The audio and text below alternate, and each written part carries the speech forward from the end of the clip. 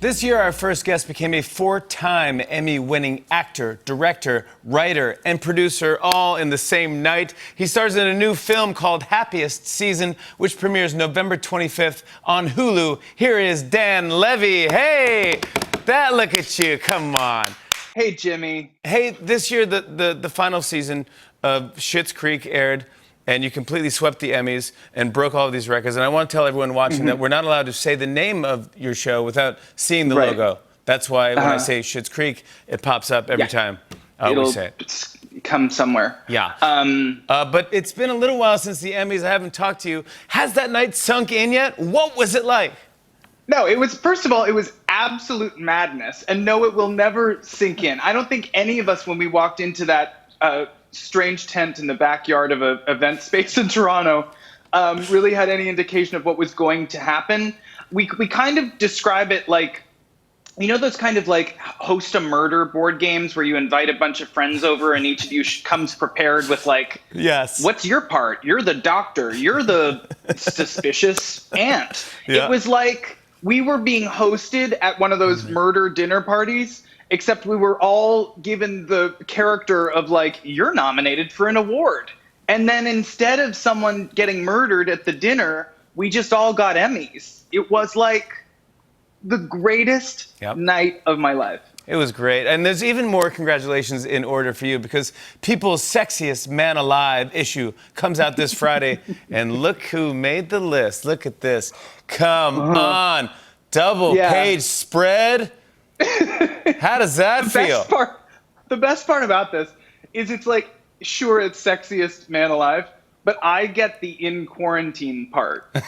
So there's like Michael B. Jordan, which is much deserved, and then I'm kind of the one that's like peeking my head out of the house, being like, I've been in here for 67 straight days. But listen, no, a great honor. I hear that quarantine led you to discover reality TV. You've never watched reality TV before? Well, I worked in reality. Before I did the show, I was working on MTV with The Hills for a long time. A show that some people might know. I love The Hills. And I was doing the after show for The Hills. And when you work so closely with a reality television show, and I loved The Hills. Yeah, me too. But it kind of takes the magic out of the experience of watching reality television because you kind of end up knowing too much about how it works. Yeah. So I had to take like a long hiatus, and then quarantine happened, and I had quite literally watched every show on television. And so I finally just resolved myself to just accepting the fact that I only have reality TV left. Not to diminish the genre, but it started, and then it became a problem. Because it's the best thing that's ever existed. Well, because I couldn't stop watching it, and now I guess it's all I watch. Yeah, me too. So, what's your jam? What are you watching? I started with a Real Housewives of Atlanta. I ended with a Below Deck Mediterranean. Oh my God. That's my jam, Below Deck. So Captain Sandy. Have you caught up, though? Captain Sandy or Captain Lee? Captain Sandy. Oh, yeah. The drama that happens on the last season of Below Deck Mediterranean is... It's unbelievable. Earth-shattering. I'm a Hannah fan from way back. I have many times thought about vacationing to Australia to take Hannah's yachting course. I'll go with you. Does she really do that? Because I will go with you. We should do that. That's what she does now. She's teaching a course on how to be a yachty. And I thought... Dude, should we go? I will definitely. I'm there. Are you kidding me? Okay. The show is the whole drama with Hannah. I was like, yeah. What is going on? I would last 25 seconds on that ship. I can't even. It was just, I agree. I want to talk about your new movie. It is called Happiest Season. It is a great feel-good holiday movie. Kristen Stewart is one of my all-time. I just love her so much, man. And I love the plot. I think, it just works and it's funny. You want to tell everyone what it's about? Yeah, well, it's the first studio lesbian rom-com, Christmas rom-com.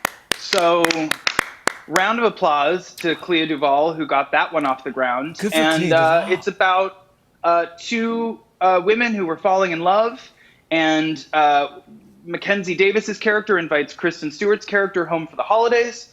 And then just as they're pulling into the driveway, we realize that Mackenzie has not come out to her family and that Kristen will have to sort of go along with, or not go along with, this idea that they're now going to play into something that her parents don't know about. Yeah. And I play Kristen's best friend, who is not having any of this mayhem. And I think, yeah. It's super fun. It's like holiday good times. I want to show everyone a clip. Here's Dan Levy in Happiest Season. Take a look at this.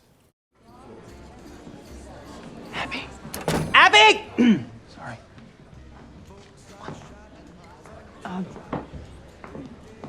How are you here? When are you gonna get this? I have been tracking you. Hello, Hi. I'm Tipper. This is my home. Are you the ex-boyfriend?